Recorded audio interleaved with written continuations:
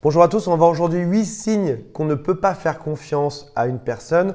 Alors certains des signes sont très simples à analyser et on a une réponse immédiate, d'autres sont beaucoup plus subtils, on va voir ça ensemble aujourd'hui. Est-ce qu'il faut faire confiance ou pas à quelqu'un? C'est une question qu'il est légitime et importante de se poser parce que dans la vie, si on ne fait pas confiance à ses amis ou dans son couple, si on a un doute sur la personne avec qui on est, dans ce cas-là, on ne peut pas construire, on ne peut pas avancer et on risque toujours de se faire trahir. On va commencer tout de suite. Je vous rappelle juste que vous pouvez vous abonner si vous le souhaitez aujourd'hui en cliquant juste en dessous sur « Je m'abonne » puis sur la cloche qui est juste à côté. Le tout premier signe qu'une personne n'est pas une personne de confiance, c'est qu'elle va rompre ses promesses. Je vous donne plusieurs exemples distincts. Vous lui confiez quelque chose qui est très secret, que ce soit encore une fois dans votre couple ou en amitié. Vous lui dites surtout n'en parle pas, il n'y a qu'à toi que j'ose en parler. Et vous découvrez quelques temps après que cette personne en a parlé à tout le monde en te disant « Je suis désolé, j'ai vraiment oublié, je ne pensais pas que c'était si important que ça ». C'est aussi une personne qui va te promettre des choses. L'an prochain, on va faire ça, dans 3 semaines, on va faire ça. Je vais venir t'aider pour. Et puis finalement, cette personne ne se pointe jamais, oublie tout ce qu'elle t'a promis et elle l'ignore ou quand tu lui rappelles, elle va totalement ignorer ta demande en te disant « Non, écoute, j'ai changé d'avis, c'est compliqué, on verra plus tard ». Deuxième signe qu'on ne peut pas faire confiance à quelqu'un, c'est lorsque cette personne te cache des choses. Alors attention, mettons-nous bien d'accord. Il est tout à fait normal d'avoir ce qui s'appelle un jardin secret. On n'est pas obligé de tout confier à quelqu'un, que ce soit en amitié ou que ce soit en amour. Sauf que là, vous avez l'impression qu'il vous manque des parties complètes de leur vie. Cette personne voit des amis sans vous, fait des choses, des activités, ne vous en parle jamais et vous avez l'impression que dans son discours, il y a comme des grands trous énormes sur sa vie et finalement, vous ne connaissez pas si bien que ça cette personne. Ou alors, au bout de quelques années, vous apprenez des choses énormes sur l'autre que l'autre ne vous a juste jamais révélées. Si jamais cette personne est souvent sur son téléphone et te dit « Non, je ne fais rien, t'inquiète pas », mais parle à beaucoup de monde sans forcément t'en parler, c'est qu'il y a peut-être un problème.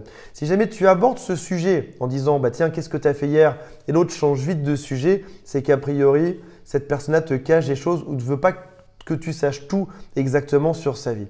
Il y a souvent une raison pour laquelle cette personne ne te dit pas tout. Est-ce que c'est une personne qui a peur de mettre tous les gens ensemble, de tout regrouper parce qu'elle cache de terribles secrets et du coup elle fractionne ses amis et n'en dit qu'une partie à chacun parce qu'elle a déjà été trahie? Encore une fois, si une personne a été trahie et fractionne ses amis et sépare tout le monde, c'est qu'a priori, tu ne peux pas non plus lui faire tellement confiance.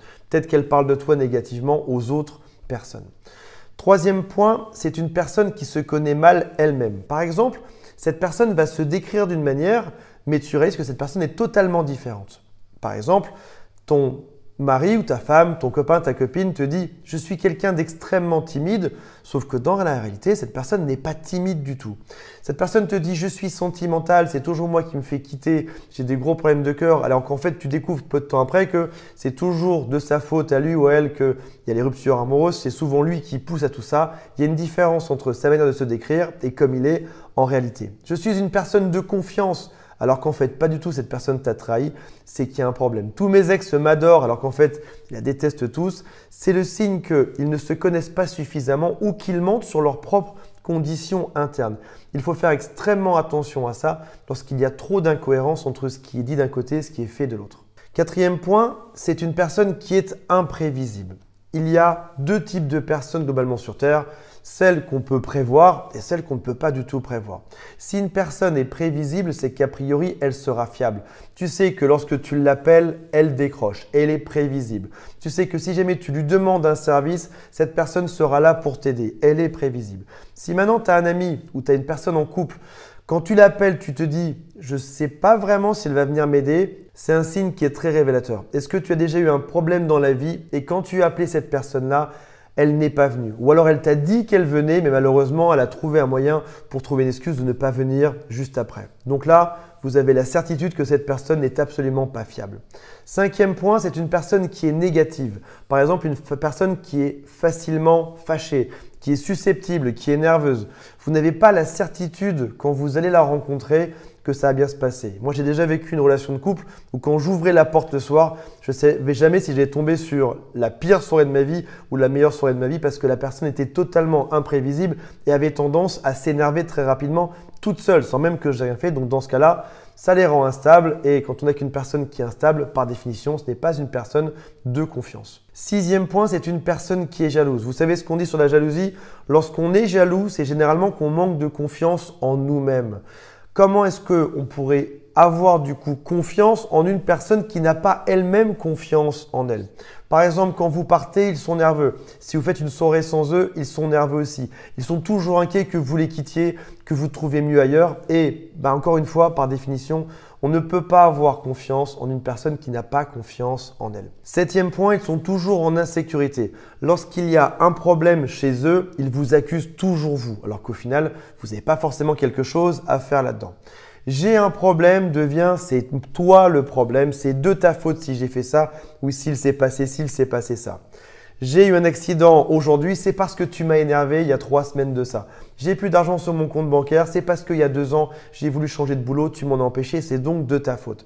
Et c'est souvent des gens qui font des projections de leurs propres problèmes sur vous, de leurs propres peurs sur vous. Et on ne peut pas avoir confiance dans ce genre de personnes. Huitième point qui est extrêmement important, c'est que vous êtes différent. Alors, on peut penser parfois que la différence crée de la complémentarité. Mais ce qu'il faut savoir, c'est que les gens achètent ce qui leur ressemble. Dans les rayons d'une grande surface, on va prendre le produit qui a le marketing qui nous correspond. Les gens achètent ce qui leur ressemble, les gens parlent avec ceux à qui ils ressemblent. Les gens se regroupent aussi par centre d'intérêt parce qu'ils se ressemblent. Lorsqu'on est trop différent, on a du mal à comprendre les problématiques de l'autre et donc on a du mal à créer une vraie connexion avec cette personne-là. Ça veut dire que le jour où vous aurez un problème, l'autre en face ne sera pas forcément capable de comprendre l'importance à vos yeux de ce problème, ni même de venir vous aider parce que l'autre sera totalement différent. Voilà mes amis, j'espère que ça vous a plu. Mettez-moi en commentaire si vous avez déjà eu ce genre de problème avec des gens autour de vous, que ce soit en couple ou en amitié. Salut à tous, bye.